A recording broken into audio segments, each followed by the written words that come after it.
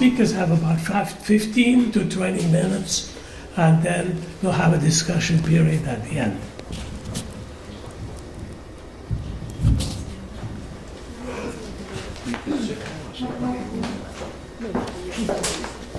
Would you like this? Yes, I think I need that. I'm sorry, it's a advice. Oh,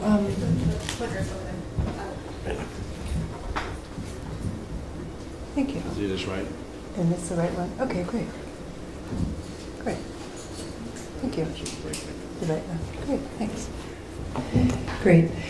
Good morning, everybody. My name is Margaret Green, and I thought I'd start actually by saying a little bit about who the heck I am and what my connection is with this event and this place.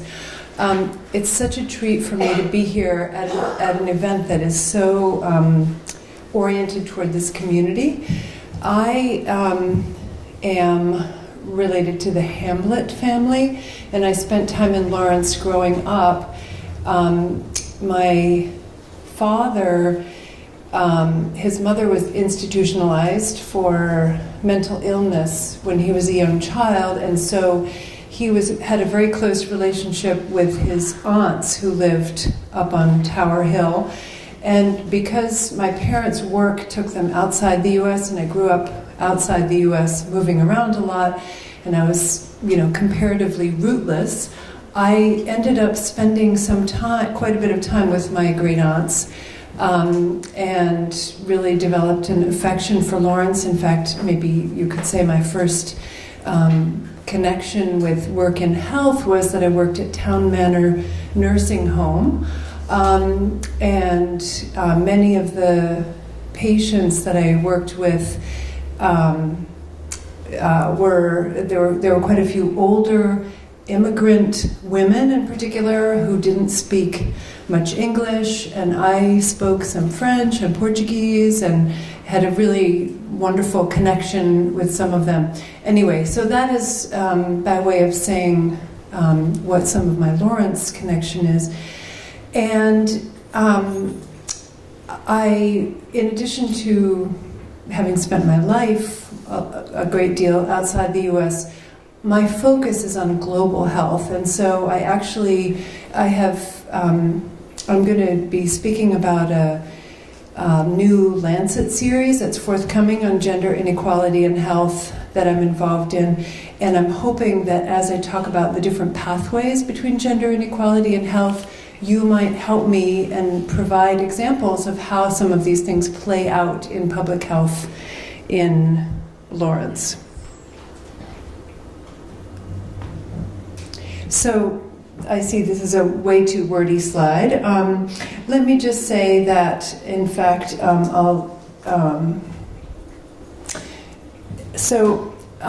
nowadays, in the way that people talk about gender, very often they're talking about gender as an identity. So it's something that you could, there are certain behaviors and practices that you might choose to adopt, or ways that you might choose to be.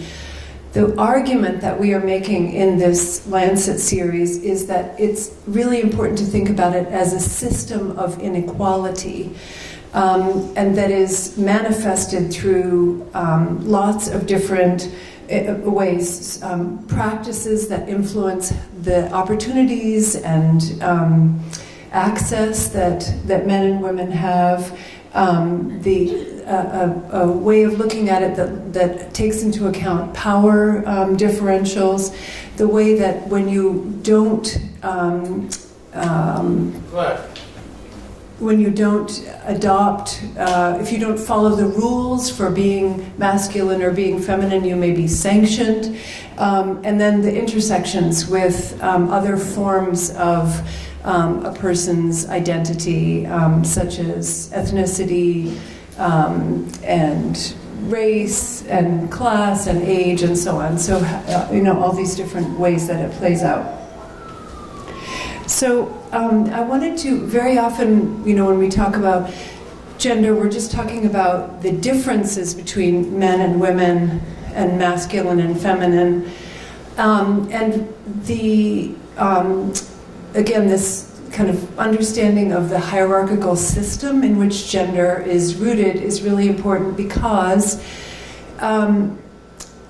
you understand that one category can never be understood separate from the entire, from the system. So the reason I have these two hands here is that there's a brilliant anthropologist who studied the caste system in India, and he talked about how when you look at your hands, you look at your left and your right, and you just think of them as being different from each other. But in fact, there's a huge value difference. It's not just left and right.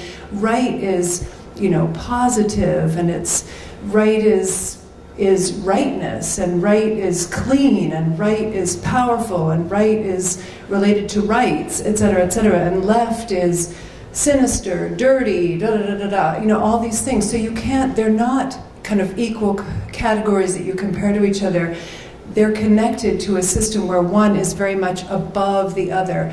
And that is true not only with regard to gender, where the things that are masculine are above those things that are feminine, and rule following and what's the word? Conformity is above nonconformity. That's true for many, many other forms of being as well. So it's adults are over children and young people in our society. We value adult opinions and so on more than we value children. Whites have been the dominant race in the United States. Native-born populations have been dominant over immigrant groups, et cetera, et cetera. So kind of really understanding how that plays out and how every person's experience is shaped by their membership and participation in all of these different categories. So when we talk about gender inequality, we've tended to think about how women are discriminated against. But what we are trying to do in this Lancet series is also include a reference to restrictive gender norms, because everybody pays the consequences of restrictive gender norms. A very kind of dominant masculinity is extremely costly in terms of health. It's associated with risk-taking and exposures of different kinds, but also non-conformity has cost to health. So if you are a man who has sex with men, or you are a non-tough man in a community where toughness is valued, these things all play out in your health, and it's really important to understand how everybody is affected by gender. It's not just something that is about discrimination against women.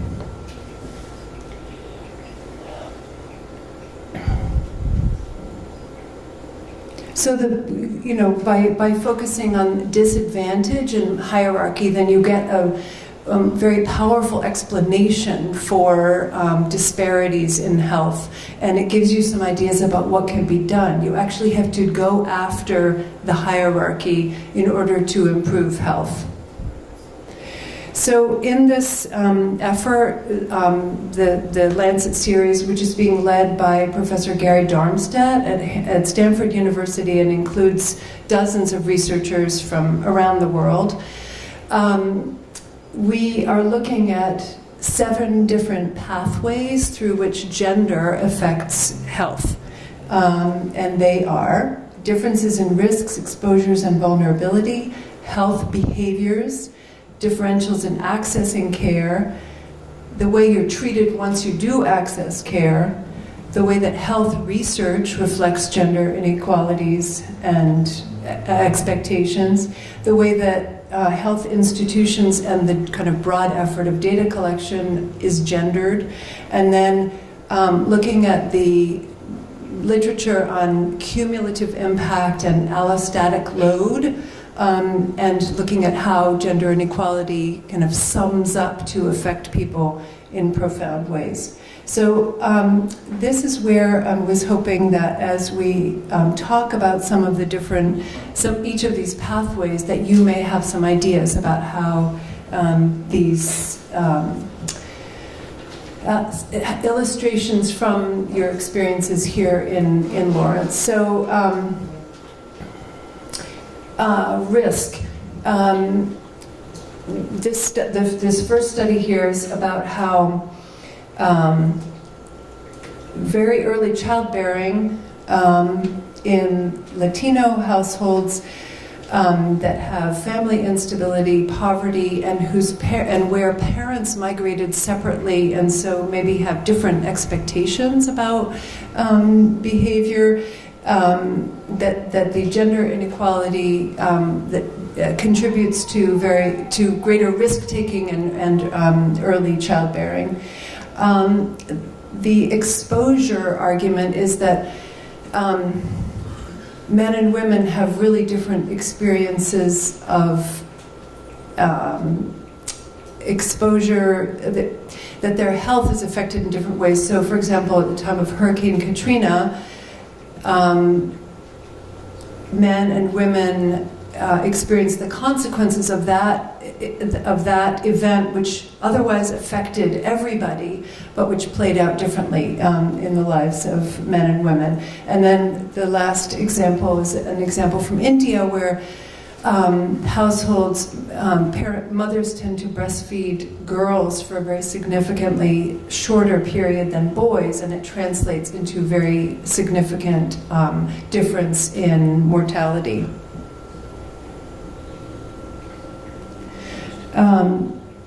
Gendered health behaviors. There's a lot of research about how men who have sex with men, or otherwise sexual minorities, tend to take more risks and see themselves more on the fringe of the health system. This is very much enhanced by drug use and the potential exposures that people have when using illicit drugs. In another study, and I referenced this a little bit before, men who are not super masculine in the kind of spectrum of masculinity can experience stress that translates into their health, because masculinity is one of those ways of being that often requires continual action to be affirmed, and so then it can translate into poorer mental health and other health. And then this is an example from Ghana, where very rigid expectations about masculine behavior translate into higher suicide rates for men. And I put this body mutilation here because this is one area in which I'm focusing in how men and women do things to their bodies in different places to kind of show how to demonstrate their masculinity or femininity, and how that translates into health outcomes. And that includes cosmetic surgeries and breast flattening and breast augmentation and skin lightening and et cetera, et cetera. There are a lot of different steps that people take that where they're trying to alter their bodies to fit an idea of being very masculine or very feminine.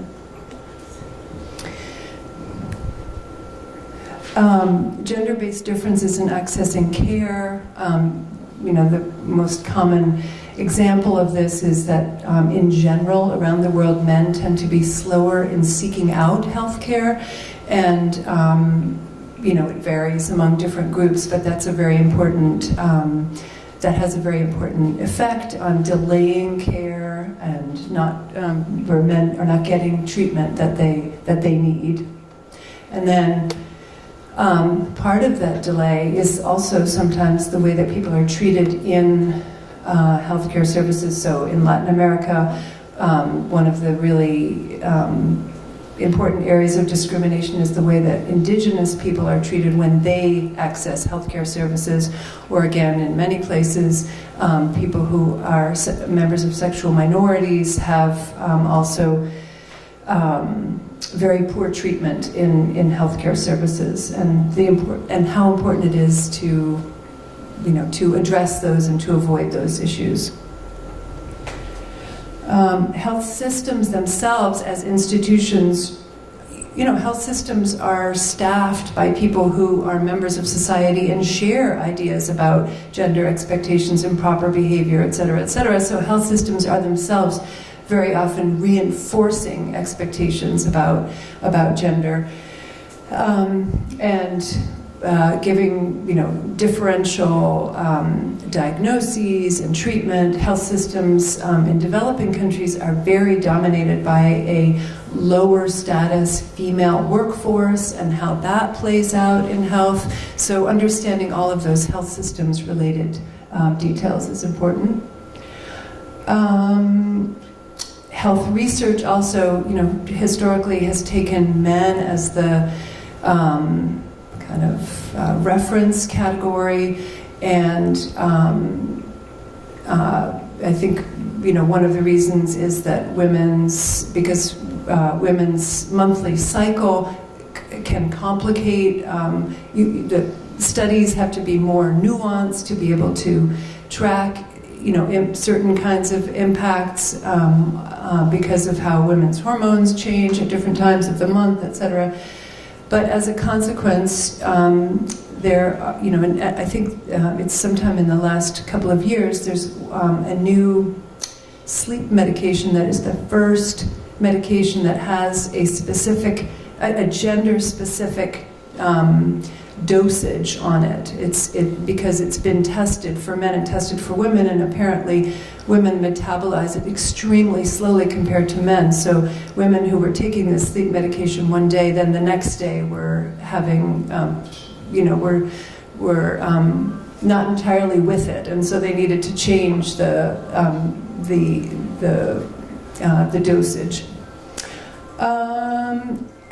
Data collection, here I wanted to mention in particular the tendency in the sexual and reproductive health field to focus, as an example, to focus entirely on women, like sex and reproduction are a women's issue. And of course, it is a women's issue, but it's very much a men's issue as well. But we know so little about men's experience because of how historically we only collected data from women, and we count births per women, et cetera, et cetera. So that's a huge gap and a real disadvantage as we try to understand the sexual and reproductive health of men.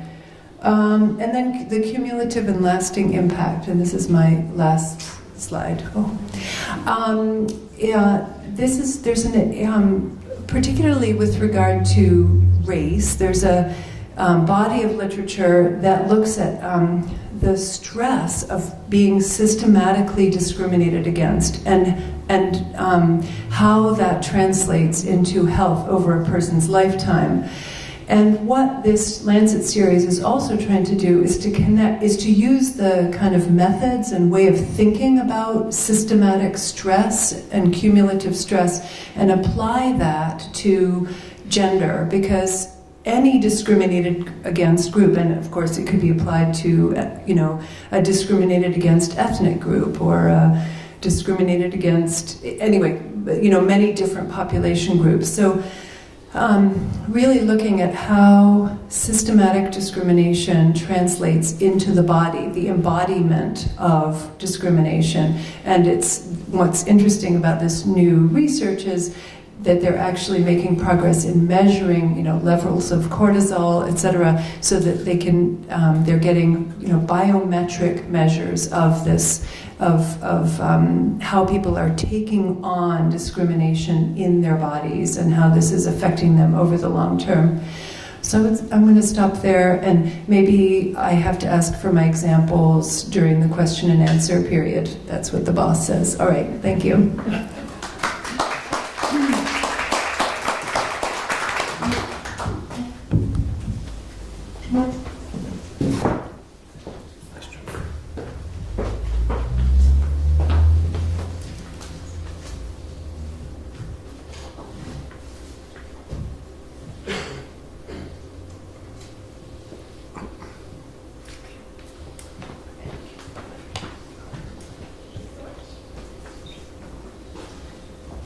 thank you all for being here today and listening to us.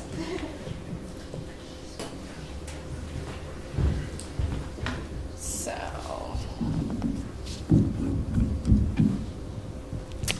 all right, so quickly I will say why I'm here and who I'm kind of here representing. So I am from the Public Health Museum. I'm one of the only employees at the Public Health Museum. And so that's kind of my interest in public health. My background, my graduate degree is in religious studies, but I studied the religious life at state hospitals and state schools for the disabled. So a little different from most presentations I'm sure today. And mine doesn't specifically reference Lawrence, but it talks about the greater Boston community and Massachusetts in general. So, I won't read this whole thing for time constraint, but a lot of my presentation focuses on Richard Cardinal Cushing, who was a Boston icon, as anyone from the Boston area probably knows. This is one of his prayers for people with disabilities and people who were ill. It's really great, and if you want to read it later, let me know. I can share it with you. I'll go back one. So really quickly, care for the disabled and the mentally ill have vastly changed over the last 100, 200 years. On the left is a photo from Tewksbury Hospital, which is where the Public Health Museum is. And this is an occupational therapy class. I think the year is about 1920 or so. And then today, actually that's me in the middle, there was a shift. So occupational therapy, people with disabilities and mental illness were sent to institutions. So there was dozens and dozens of institutions in Massachusetts and nationwide. Thinking about it, today you walk along Washington Street in downtown Boston or in just any of your communities, and you probably see people with disabilities.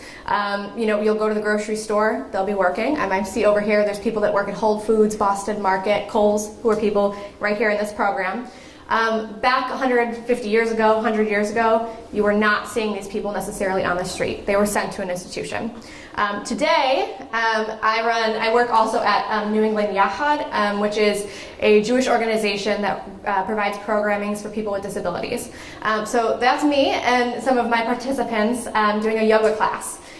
So we provide programming for people to come in and feel like a part of the community. Most of these people live in group homes or live on their own and work on their own and make a living for themselves. So very different from the past. I'll be focusing on the past for the rest of the presentation though. So I'm a historian of the Fernald State School over in Waltham. So has anyone heard of the Fernald? Okay, good. Okay, most people do. I usually run into people all the time who know the Fernald or worked there or knew someone there. So these are just a few pictures. So obviously I'll be focusing on the religious life. And so this is the chapel. I'm going to say, do I have a pointer? So this is the chapel of the Holy Innocents that's on the Fernald School campus. And I'll talk more about all the other ones across Massachusetts at institutions. I know this photo is blurry. I apologize because they definitely are old photos. But just quickly to speak about the religious services. So religious life at these former institutions, this being the Tewksbury Hospital's old chapel, religious services accompanied every, thing in someone's life, every stage of the life cycle. So baptisms, confessions, weekly and holiday services, rites for the sick and dying, and funerals. So this is what the chaplains at these institutions were dealing with on a daily basis. Thank goodness there was chaplains and people in the community who are willing to give their time to the institutions to give their religious services to. I'll kind of skim over this really quickly just because there's so many slides I could talk about, and I could talk about this for hours and hours. But does anyone know who this guy is on the left? If you don't look at his name underneath. Anyone know who it is? So this is Dr. Samuel Gridley Howe. Samuel Gridley Howe, you probably know him for his abolitionist movement or work. You might also know his wife. Anyone? Julia Howe? Yep. What did she write? Do you know? She wrote the Battle Hymn of the Republic. Yep. So people also refer to him as being the founder of the Perkins School for the Blind over in Watertown. But what people don't normally associate with him with is that he founded the Massachusetts School for the Idiotic and Feeble-Minded Youth, which that is currently, or was formerly the Walter E. Fernald State School. So the name changed in 1925 after their fearless leader, Walter E. Fernald, passed away. So I won't talk too much about the founding, but this is Walter E. Fernald. There's very few pictures of him in existence, but at the time, he was the founder and like one of the biggest names in feeble-mindedness studies. Feeble-mindedness is, today's terminology is, people with disabilities. So Walter Fernald was really an impeccable person who really tried to, bring new prosperity and bring new skills and teach the people in the institution how to live on their own, where that wasn't the case formerly. Really quickly, so the Board of Trustees mentioned him as believing that his professional and personal qualifications appeared to promise success in his responsible and delicate labors. He has the varied experience and training in which his post requires, and will enter upon it not to try his hand, but to bring his matured acquirements to our assistance. So when Walter Fernald came on board, the institution itself was originally in South Boston, and it opened in 1848, and then with his appointment to superintendent, they actually moved the campus to Waltham, where you all probably know it from. And it ended up staying there until 1924, until he passed away, and then other leadership took on after him, but the institution was renamed after Walter. So without delving too much into his life story, because once again I could speak for hours about it, he kind of had a change of heart later on in his career. This came after he wrote the aftercare study of the patients discharged from Waverly for a period of 25 years. It was published in late 1919, and he saw that actually most of the people that were let to go from the institution actually were really productive members of the society. He said in the concluding remarks from this aftercare study, the success of these people shows that we have not been quite fair in arbitrarily deciding that every feeble-minded person must be permanently deprived of his liberty. So really quick as well, there was 3 classes of inmates that Walter Fernald referred to. One was the educable, those people who can be taught how to make a living for themselves and live on their own. The incurables and the custodial cases, which is what the institution ended up being, the custodial cases who couldn't provide for themselves, that had to be institutionalized for the remainder of their lives. And the defective delinquents, which he wrote many articles and books about, those are the people that really were admitted into the institutions, but did not have a mental illness or did not have a disability, but they may have been truants or things like that. So the coming change, under Fernald, he was really the person who brought all of these new programmings to people with disabilities in the institution. So things like outpatient departments, mental examinations across the Commonwealth into schools, and really kind of was the foundation of special education classes today. So to get into religion, there was religion from the inception of these institutions. On the early institutional boards, the chaplain of the Senate and the chaplain of the House were a part of the administration. Specifically for Fernald, there was no formal structure for religious life in the early years, especially like 1890 or 1848 till about right around the turn of the century. There were chaplains around here and there, but there was no formalized structure. The part-time chaplains were just people in the community who were willing to give their time for it. And wanted to, provide services to people with disabilities out of their own, religious feelings towards, providing care for everyone. In 1913 was when the law actually required people at these institutions to provide religious services, and that's where you finally see some kind of formalization of religious life. I just wanted to point out the picture here of the Tewksbury Hospital Chapel. Most of the institutions in Massachusetts did not have formalized chapels until Cardinal Cushing basically came around. Tewksbury Hospital was a nominally, there's maybe 1 or 2 others in Massachusetts prior to Cushing's ascension. So really quickly about chaplains and what they kind of did on a daily basis. They had a very busy workday when they were there. And like I said, they were mostly all part-time. Only was the Catholic chaplain a full-time staff person. So not only did they also serve the people with disabilities in the institution, but they also were responsible for providing spiritual guidance to administration, staff, nursing, attendants, everyone else as well. And so, like I mentioned, the Catholics were the only ones that actually had a full-time staff person for chaplaincy at most institutions in Massachusetts. The Protestant, the Jewish were definitely very part-time. Jewish, they were there maybe like once or twice a month, the Jewish chaplain. Protestants typically were there just on Sundays for services. And the kind of interesting thing with the Protestant chaplains was that there was no real formalized hierarchy in the Protestant churches. So basically whoever was willing to volunteer from a local church, a local community was given the job.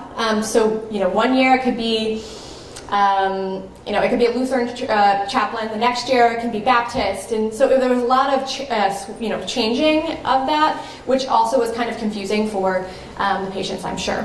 And for a few years, randomly, there was a Greek Orthodox chaplain.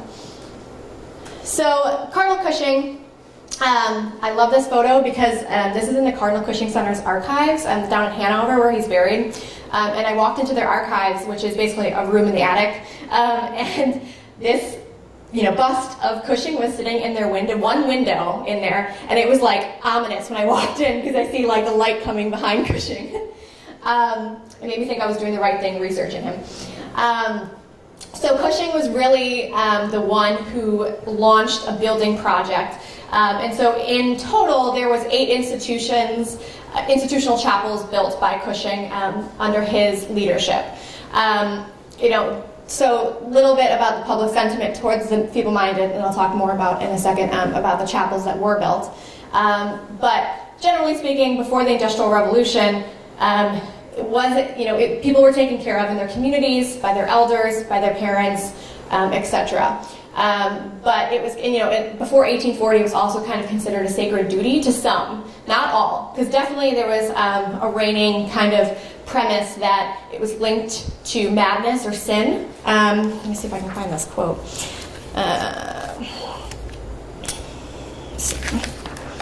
So there was an article in the Ladies' Repository which tells of a story with this one lady's idiot sons, they called them. Seldom even was she at the house of God. In the solitude of a sorrowful home, forgotten already by those whom she won't meet in halls of pleasure, she watched over an idiot babe from whose vacant eye even the maternal glance elicited no beam of light. And so her years wore on, devoted to the care of revolting idiocy and utter hopeless helplessness. Really hard to read that, but that was a general sentiment in these times, unfortunately. So basically the product of these sentiments resulted in 4 different types of institutions being created. Mental hospitals or asylums, as they were originally called, state schools for the disabled, almshouses, and sanatoriums. So this is where, Cushing definitely stepped in. Let's see. So let me read this article for you. The Senate Bill number 335 was enacted in the Commonwealth of Massachusetts in 1946, which required that every public institution under the control or jurisdiction, or both, of the Department of Public Welfare and of the Department of Mental Health, there shall be a Catholic chaplain, a Protestant chaplain, and a Jewish chaplain, who shall be furnished with subsistence and quarters if requested. So that earlier law said that you have to have religious service, but this specifically said you have to have chaplains for all 3 major denominations. And so really, I won't speak too much about Cushing's politics, but obviously if you know Cushing, he was very in with Kennedys. And so the Kennedys had a huge play in most of these institutions being built, but that's, you can ask later about those things. So the first real inception of these chapel building projects was at Kennedy Hall, which is on the Cardinal Cushing Center's campus. Most people aren't familiar that there is such a thing as Kennedy Hall. It's in one of their buildings, which the Kennedys, named after the Kennedys. And this kind of was his first prototype of the chapels that you see at state hospital and state school campuses around Massachusetts. The design is very similar to this and all of the others. The only thing that this was in a larger building. All of the other chapels, except one, had the exact same architectural design, and they were all freestanding chapels. So these are a few of them that I've taken photos of. I've been to all of the ones that are still standing. Some of them are gone already. So this is the Chelsea Soldiers Home in Chelsea, Mass. And that is still standing and is still being used. It's one of the only ones that are still being used, and that was called St. Michael's the Archangel Chapel. Fernald, Fernald went out of business, I guess as you would say, and the chapel is left vacant. And but this is the general design of all of them. So the Chelsea Soldiers Home Chapel looks exactly like this, as did the Danvers State Hospital Chapel, the Boston State Hospital Chapel, and what was the other one?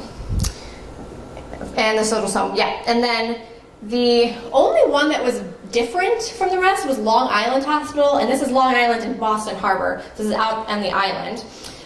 So I went out there. I got Boston Public Health Commission to charter me a boat to see it. And it was, yeah, thank gosh. But this is what that one looked like. I'm not 100% sure why it was different. It was the latest of the chapels to be built. And they had a chapel there before, and they kind of replaced the old one with the new Cushing Chapel. Not really sure. I've been trying to do research on why he decided that that would be a different design. So if you have any information on that, let me know. But these are the general look of the chapels. And one of the things to note is that you can't really see it in this photo on the left, but the design was interesting. So there's about 15 feet of room in front of the first pew before you get to the altar. Does anyone know why that is? Anyone have an idea?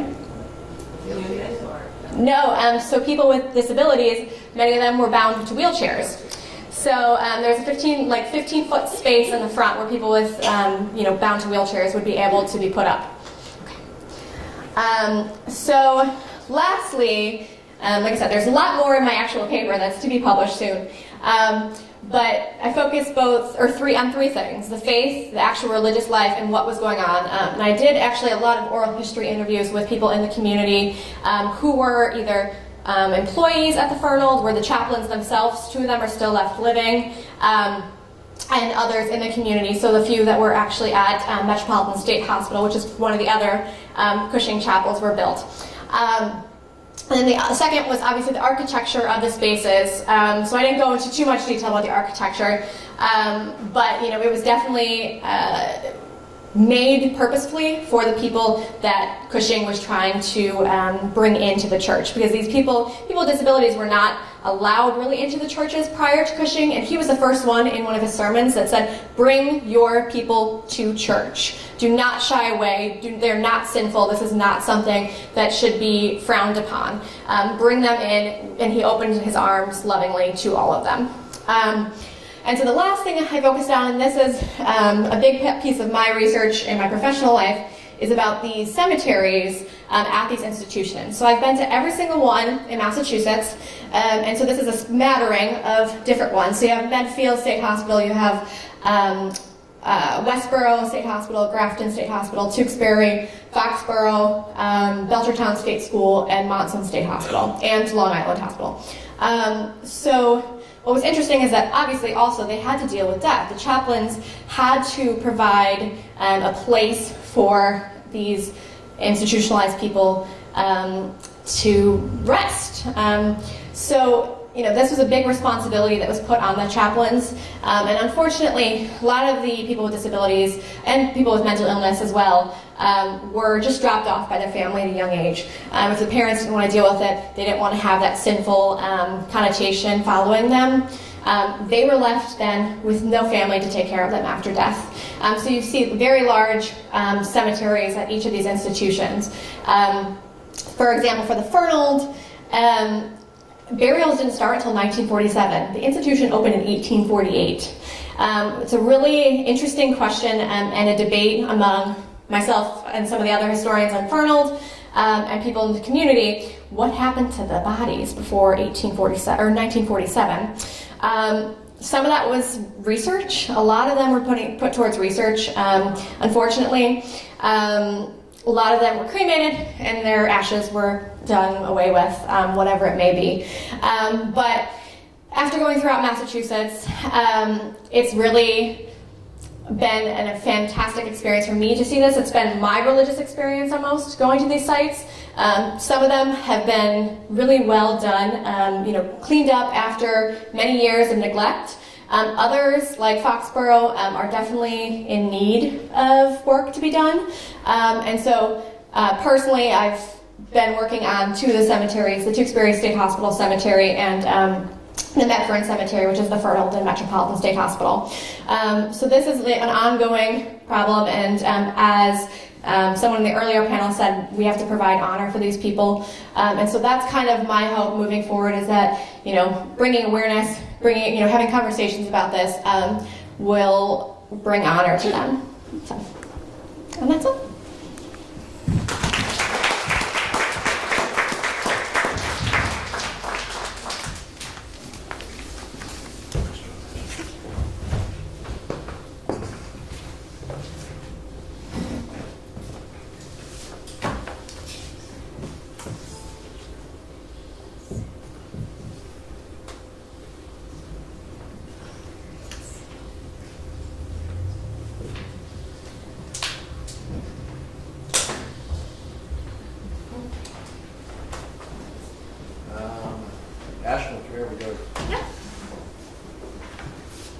We don't want the young people when it comes to technology problems. I don't know why it's not working. There we go. Thank you. Okay, it's still morning. Good afternoon, everyone. Good afternoon. Welcome to the Point After Club, clubhouse that works. I'm Tom Coppinger. I'm the director here at the Point After Club. We're a community support clubhouse. It's an international rehabilitation model based on a partnership of members and staff, members being those folks with a history of mental illness and the staff being vocational workers, some who do have a history, working together to run side by side the clubhouse, developing opportunities for members in jobs, housing, social recreation, life skills, and employment. But first so this is Point After Club and public policy. Just want to start with some stats around mental illness. So 1 in 5 adults in the United States experience mental illness in a given year. 1 in 25 experience serious mental illness in a given year. 26% of homeless adults staying in shelters live with mental illness, and an estimated 46% live with severe mental illness. Now, this is where only 62.9%, these are stats from about 2015, in the United States with severe mental health condition received mental health services in the past year. So that's 37% of people in our country with a severe mental illness are not receiving any treatment at all. And then add to that, African Americans and Hispanic Americans use mental health services at about 1/2 the rate of Caucasians. So that increases that number. And Asian Americans about 1/3. So only 41% of adults with a mental health condition received mental services in the past year. But among the 20.2 million adults in the U.S. experienced a substance disorder, 10.2 million had a co-occurring mental illness. So half of the folks who have substance use disorder, I like that language that Dr. Cole used this morning, it's good for us all, half of them had some form of mental illness. So half of chronic mental illness begins by age 14, 3/4 by age 24, and despite effective treatments, there are long delays between the first appearance of symptoms and when people get help. We did a workshop during Mental Health Awareness Month a few years ago talking about before stage 4. You talk about other medical conditions where there is an emphasis to get treatment as soon as possible, and it's effective, like cancer, diabetes, any of these other medical conditions. The average person who has mental illness, the first time that they receive treatment is approximately 10 years after the onset of the illness. So before stage 4, we've got to do more of an emphasis. We've got a beautiful young adult program across the hall, which is federally funded, Youth Forward, for young adults from 14 to 25. There are some things happening to address this issue, but we need to do a lot more. Suicide is the 10th leading cause of death in the U.S., the 3rd leading cause of death for people aged 10 to 14, and the 2nd leading cause of death for people 15 to 54. Here we go, Point After Club. The history of the Point After Club and community mental health. So Ashton will talk a little bit about the institutions, these incredibly offensive words of feeble-mindedness, dementia, all these things that our society did in the sense of just warehousing people who, in the past who had mental illnesses, or maybe in some cases just incurable children. I know some folks who were put in the frontal, as you mentioned there, that did not have any type of disability. It's just they were giving their parents a hard time, I guess, and then ended up living there throughout the course of their whole life. So in the mid-70s, there was the Kennedy administration actually wanted to bring community mental health, but Vietnam War got in the way, and there was no funding, and which continues to this day as far as lack of resources and funding. But in the mid-70s, there was actually a Supreme Court order to release. A man took the state of Florida all the way to the Supreme Court to release him from his incarceration at the State Hospital in Florida, a man named Ken Donaldson. And there was a man, Morton Birnbaum, who actually was his attorney and had fought for many, many years for the right to treatment. We have a great friend, Dr. McCrory. Dr. Dennis McCrory is a psychiatrist here in Massachusetts. He did his internship at the State Hospital in New York in 1954. There were 8,000 patients and there were 4 doctors. So, no treatment, warehousing. So Rose Coppinger, who's my mother, and Billy and Anna's mother too out there, was the founding director of the Point After Club. But back in the 70s, she worked at Danvers State Hospital. So in the mid-70s, as this Supreme Court mandate came about, there was a emphasis and a rush for the states with the expectation that they stop letting people out of the hospitals who were no longer a danger to themselves and had friends or family or could manage to live successfully in the community and be safe. So Rose was working at Danvers, and as part of a reintegration program, they were starting to bring people back into the Greater Lawrence community. What was happening, though, was what was known to be the revolving door. Folks were getting out, but their community, their place that they felt they belonged was back at Danvers State Hospital. Because they had, in many cases, they'd been there for up to 40 years. So what she did at that time, and I went around with some of our charter members, and one of them, Freddie, who was one of the individuals who actually stole a city truck and drove it all the way back to Danvers State Hospital from the city of Lawrence to get himself back into the institution. And I worked at the State Hospital myself for a year, and people were knocking at the door, and I worked 3rd shift, knocking at the door at like 3 in the morning. I'm back, I'm home, literally, because they were scared out here. They had no place to go. And from being part of an institution, as bad as it was, that was what they called home. And that's where their people that they knew were, and their friends and supports. So as she went around the state, there were other programs in place. There was Center Club in Boston, which is a clubhouse like ours. It's been open since 1959, where my son works now, which is pretty cool. And there was the West Windsor Fitchburg and the Renaissance Club in Lowell, which actually opened up in 1968. So she took these charter members around to these places and saw that they were creating communities within their communities of people who had a history of mental illness. And she got some actually free space initially at the YMCA over on Lawrence Street here in Lawrence, and started the Point After Club. Point After stood for, everyone knows how much I love football, but it has nothing to do with football. It was the original members named it as Point After Danvers State Hospital. It was Point After Hospitalization. So in June of 1980, Rose got funding. There was a Commissioner Oaken, who was a tremendous man. He was the Commissioner of the Department of Mental Health. We received funding for full-time, 7-day a week, almost 12 hours a day back in those days. What was a social club, a reintegration program, and a little water here.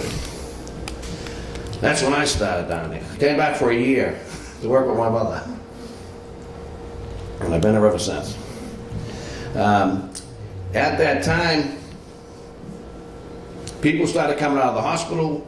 There's like about 72 rooms, I believe, at the YMCA. We were putting some of the men in the YMCA and had, at one point, I think it was like 24 members that were living at the Y. Most of them recently released from Danvers State Hospital, but there was no place to put any women. And ironically, as we're here today, we used to put people down at the Motel 110. It was very difficult. There was no homeless shelters at the time. They were just beginning that process. But Rose negotiated with the YWCA. They had an old nursing, 10 rooms up on the third floor. And Immigrant City Archives, the National Lawrence History Center, was there at the time. And we helped move them out. We moved them out and created 10 units for women. This was in the early 80s.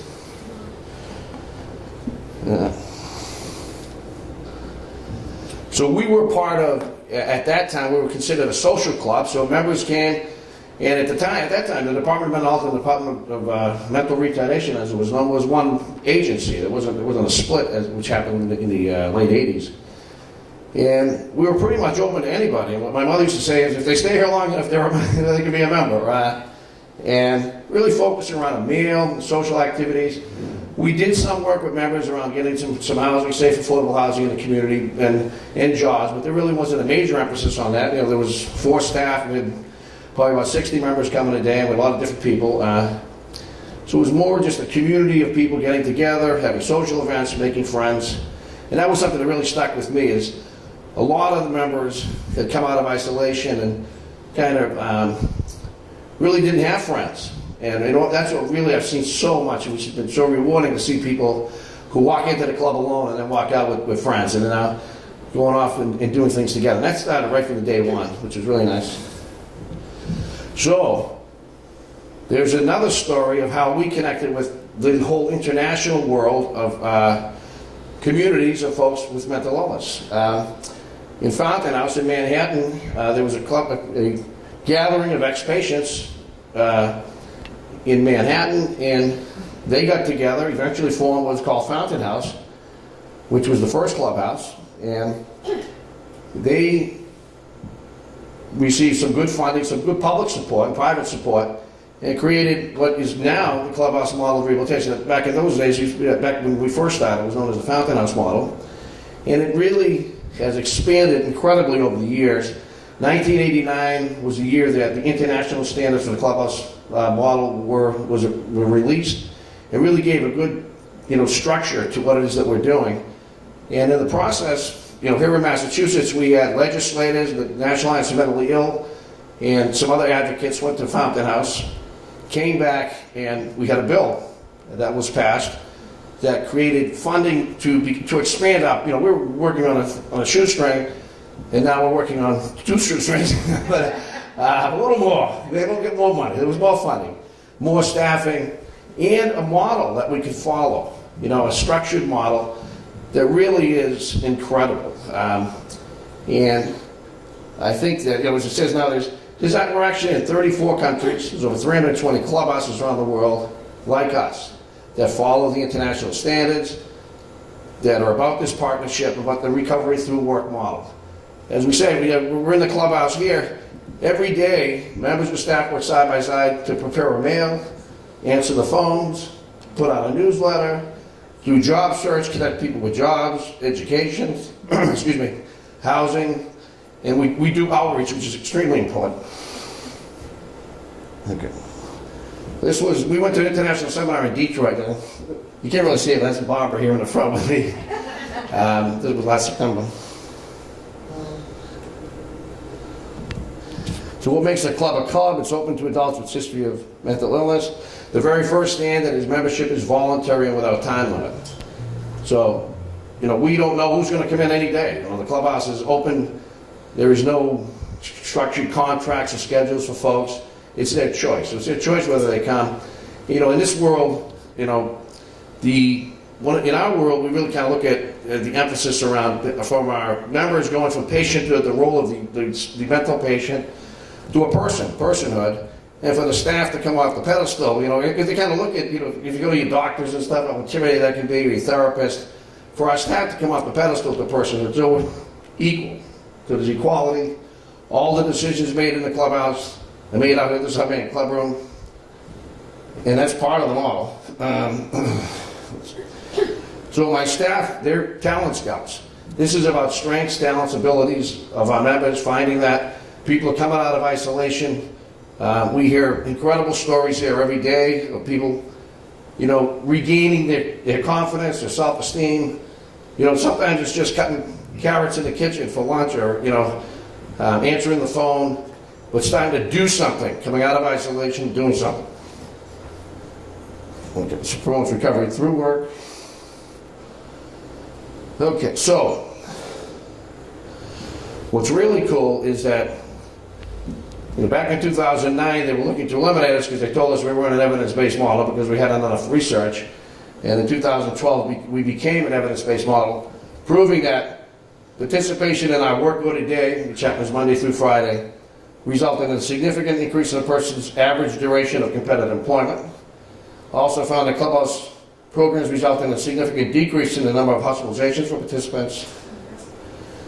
And clubhouse participants reported lower perceived stigma and significantly higher quality of life scores in interpersonal relationships compared to other programs, rehabilitational skill training programs.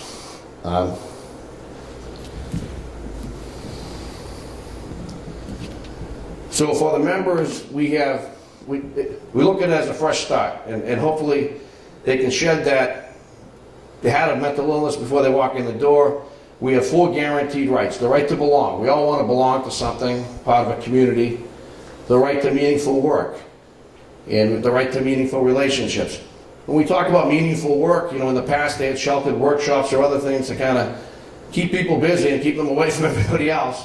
You know, we're about giving people the power, empowering them to run their clubhouse, this community center here, and in the process work towards their own individual goals. The right to meaningful relationships, and I alluded to that earlier, talking about people coming to the club alone out of isolation and walking out with friendships, long-lasting friendships. And this dynamic around work is so important in the sense that building relationships can be very difficult in social settings. And, you know, if you kind of go to anywhere, in any type of social setting, kind of breaking the ice is difficult. But if you're side by side working with someone, it's so much easier to engage in a conversation, get to know who they are. We had a tremendous experience this week where the building manager came with one of the other businesses in the building and said, "This is the guy you're looking for, Tom." He alluded to me and said that he was looking for some help and for putting together some. They're doing some, what would you call it? It's a refleece. They're doing some production work. So we've got 4 members up on the 3rd floor doing production work, and they hardly knew each other. Now they're coming down. They come down for lunch laughing, and I remember Mike just said, "I can't believe how funny Olga is." But working together side by side happens here in the clubhouse. This case is an example of happening outside the clubhouse. 3 minutes. I knew this was going to be tough to do. Okay. So we put all our work together in units: employment, education, health and wellness. Big emphasis on wellness. Obviously, employment plays an integral role in a person's recovery. Competitive employment, getting out of the level of poverty and being able to get some more money, but also just that pride and going off. All of our jobs are out in the community. They're not segregated work enterprises. They're in the communities. Ashton was saying, we have some of our members here. We have transition employment jobs, which are unique to Clubhouse. Employees set aside jobs so that we guarantee that the job gets done. The member does it for 6 to 9 months. And it's a way for people who've no other work history or just getting back to work can break the ice and also work with the benefit system, but rebuild their confidence so they can move on, hopefully to supported or independent employment. Those are the other tiers of the employment. Education. Once again, we offer supported education both here within the clubhouse and outside the clubhouse. And a big part of what we do is bridging into the community. We have so many incredible community partners, from employers to educational facilities. We're members starting Monday at the Notre Dame Education Center. We work with Northern Essex, the Adult Learning Center, and all the other areas, and other behavioral health partners. Health and wellness, they are doing the NAMI walk. We partner with the NAMI Mass. We also have passes to the Y. We have a smoke cessation group, Dual Recovery Anonymous, and other health and wellness initiatives. So this is a picture from our St. Patrick's Day party we had. So we have, and this is, for staff, the staff are generalists. They're not only working side by side, we also do job coaching and work on evenings and weekends. So the social and recreation stuff is during evening and weekends. During Monday through Friday, we call it the work order day because that's when we take care of the business of the club with the urgency around developing these opportunities for our members. Challenges, housing. This is an important, I asked Margaret what she thought a one-bedroom goes for in Lawrence earlier today, and she said $500. You can't get a rooming house for $650 nowadays. It's unbelievable, the cost of housing. And if you're on some type of an entitlement, SSI, it maxes out like $840. The average one bedroom is $1,200 in Lawrence. And there is reduced subsidies too, so we have a lot of challenges. Yeah, I think we're pretty much done. So, yeah. They get to the advocacy part, but changes in state services, moving forward. We talked about all those folks who are mentally ill, where are they? Unfortunately, so many folks, this is not a mental health facility, but there are 300,000 people in the country that are incarcerated who have a severe mental illness. We have 100,000 hospital beds for psychiatric facilities. It's ridiculous. There are solutions, jail diversion programs, mental health and drug courts. I wish I had more time to elaborate on that, but you're just going to be I knew I had not enough time to do this. Okay, well, thank you so much.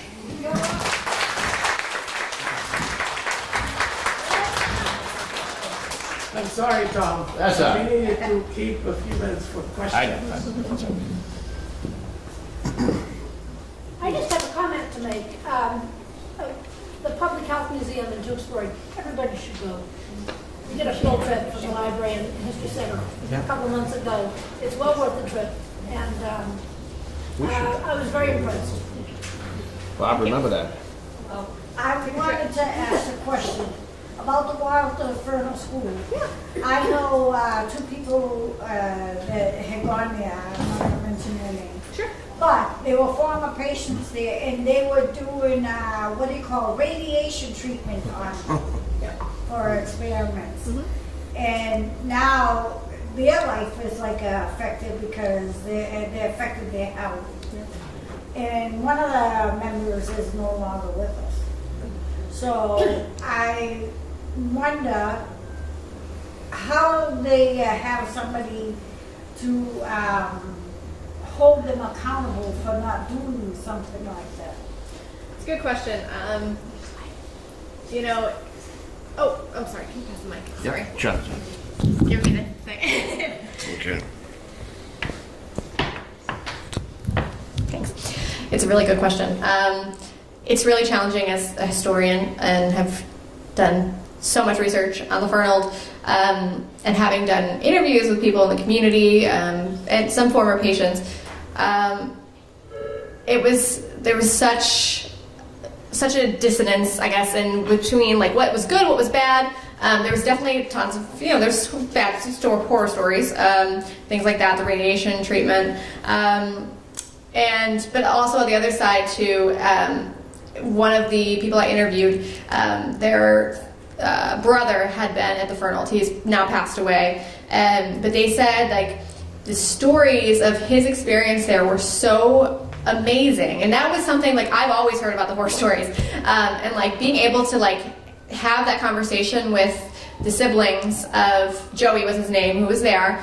He died at 54, outlived his lifespan, of what originally was said of him. He was supposed to live to like 10, and he ended up being to 54. Moved out, lived on his own for the majority of his life. He lived at Fernald for about 15 years, and was a fantastic community member. Went dancing all the time, had friends. So it's challenging to figure, to balance the horror stories with the good stories. There's definitely 1918 flu, there were patients that were injected at Monson State Hospital and Rentham State School, which was also a school for the disabled. They were forcibly, injected with the flu vaccines, experimental flu vaccines in 1918. They thought that was doing good. In their own weird way of doing good. It's definitely something you have to think of in today's context versus then, where it was, what else did we have, especially for mental patients, people with mental illness. There weren't, necessarily drugs to fix the problem. So they were trying to treat them in their only way they could come up with. Yeah, so there was actually a class action suit by the science, they called it the Science Club. Science Club. Yeah, they gave them radiation in their oatmeal. And our members did receive compensation anyway, probably about 15 years ago. I know that some of them have passed, both have passed on that I know of. But. Oh, yes, I've gone past the public health facility a few times, and I have to say, it looked kind of scary. it just didn't look like anybody was there. Mm-hmm. Is there a way to get the more of a public invitation to make it look? I know it is what it is, given history, and I love the architecture of beautiful buildings. But is there a way to make it seem more inviting to come into? Yeah, are you talking about the Public Health Museum in Tewksbury, or are you talking about Fernald? Tewksbury. Oh, Tewksbury. So Tewksbury is still an active institution. So you can, walk around the campus and see the architecture. We do a walking tour, outside walking tour during the summer months. Mm-hmm. It's definitely, it's hard to have too much publicity because it's still an active campus. People are in substance abuse programs and things on the site. So the community, you're allowed on the property, but you can't take photos of anyone that's walking around, things like that. So that's a little challenging. For the Fernald, if you're interested in knowing about that, that is a closed site completely now. The law enforcement will arrest you. But we are working, myself and one of my colleagues are working to hopefully start a disability history museum on that site. So in the next, hopefully 7 to 10 years, we'll have that up and running, and we're working on historic preservation of that entire property. So I guess in line with that, are there specific hours where you can visit? Yours Your museum. Yeah, so my museum, the Public Health Museum's open Wednesdays and Thursdays from 10 to 2, and the first Saturdays of the month from 10 to 2 as well. Yeah, so Danvers State Hospital closed in 1992, and Tewksbury had been a public health hospital. But in 1992, they brought the remaining patients at Danvers and now have 2 psychiatric units, they call them the Hathorne units, at the Tewksbury facility now, too. The lady in the red. Me? Yes. Yes, Tom, I was wondering, is that mental retardation? Well, that was pretty much what back in the day, yes, they kind of called it all kinds of different things like that over in Waltham, yeah. Okay. The Unit Shriver Center at the end. I was involved in returning from Danvers to Tewksbury, the 2 units in Hawthorne and Tewksbury. Right. But right now, I'm reading in the newspaper, the governor is looking for in the teens, the number of beds for people that are living in shelters. These people are scarred, they're torn, their legs are bare with welts. There's no doctor, and I'm tired of my own, tears getting over this, but the governor is looking for beds for us. Yeah, the cost of deinstitutionalization has caused a reduction. At the end of my presentation, I was going to talk about the amount of people who are homeless and mentally ill, people with psychiatric disabilities who are incarcerated in hospitals. And unfortunately, so many out on the streets, right? Yeah, and also they are looking, but this is Narcotics Anonymous and Alcoholics Anonymous, and they have very set down things to talk about every day, and it's great. I think it gets into political. We need more funding. I mean, things happen. We have politicians that get up and say when we have these tragedies like we just had one down in Florida, the first thing they say is these are not gun issues; these are mental health issues. Meanwhile, the same government puts a $250 billion cut in Medicaid over the next 10 years in their budget they released in January. In 2009, when we had the recession, when there was a more need for mental health services, we see there was over $4 billion cut in budgets around the state of state mental health programs. So we don't have the money to lobby and grease the palms, to be honest with you, to some extent, to the lobbyists. They're mentally gone. They don't realize it. They think that they're on narcotics and they're on. So we, the advocates and people with disabilities, have got to get out. We've got to do some more advocating, get some legislation passed to get more funding. There's a disability rights attorney coming. Actually, I'm going to tell you this. It's actually, I think it's when we're in Saratoga, doing a presentation on disability rights and taking action. And trying to get some legislation to increase resources, because it is a matter of resources, and we still struggle significantly with resources. This building is a great resource. I saw some new signs on the doors, and I didn't go in, but I saw the signs there. So there are some signs to look for. There's so much great stuff going on. The jail diversion programs. They talk about the problems in the services. 15% of the communities in the United States have jail diversion programs. This is a coordination between the mental health system, the justice system, and the police departments. 15%. They call it a pioneering program a few years ago. This is something that's been around for a long time. It's just not funded. It is incredibly needed to help. We had it here for a 3-year grant, and it was incredible being able to call. There was a clinician that rode with the police from 3 to 11 and was able to do interventions. We do safe person checks for us and really kind of help the police in better understanding how to approach people who were psychotic, who were having very serious symptoms. It was just an incredible resource that left 5 years ago with the grant. It should be in every community in the United States, jail diversion program. Can I ask you a question? Can we undo that word psychotic and safe? Alcohol impeded, narcotic impeded. These people are old and we're getting older. We are not getting any younger, Thomas. And we Thomas, need I to like that. that word. We can say they're suffering. I agree psychotic is a strong word. I think words matter. You're right. Yeah. We have time for one more question. Is there any input to the first presentation by Thank you very Margaret on gender inequality? I had a question. I was fascinated by the terminology. When I'm looking at the statistic, that I've seen studies that male morbidity and male mortality is decreasing in the United States. And then also, in terms of medical care, I actually have a public health background. But when you look at a difference and who's being screened for osteoporosis, it is a gender difference because most males are not, even though they are at risk for that. So how does that actually, and also in terms of data for this community, I think we need to really look at some adolescent data because there's some really very interesting trends. I could probably tell you a little more. Yeah, a great number of reports. A lot of reports have been issued on Lawrence because Lawrence has been the favorite site for surveys because of the ethnic composition.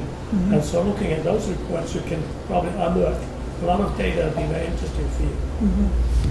Well, it's interesting because usually you get a lot of data that refer to themselves as gender disaggregated. So you have experience of males and experience of females in a particular, in Lawrence or in any given community, but it's not necessarily going deeper. It's not telling you. It's not explaining. It's describing. It's just sort of showing the reality. With regard to the decline in male mortality, I guess I would be very interested to know the extent to which I think in the United States there's more openness about masculinity than there used to be, and there's more questioning of some of the kind of harmful aspects of masculinity, and I would be very interested to know if that contributes in any way. And of course, that male mortality is an aggregated measure of all of the health experiences in so many different areas of health, and it's hard to know exactly how these issues are playing out. Yeah, exactly. So it's very gross in that sense. Thank you very much. Our time is up. Thank you very much for our speakers.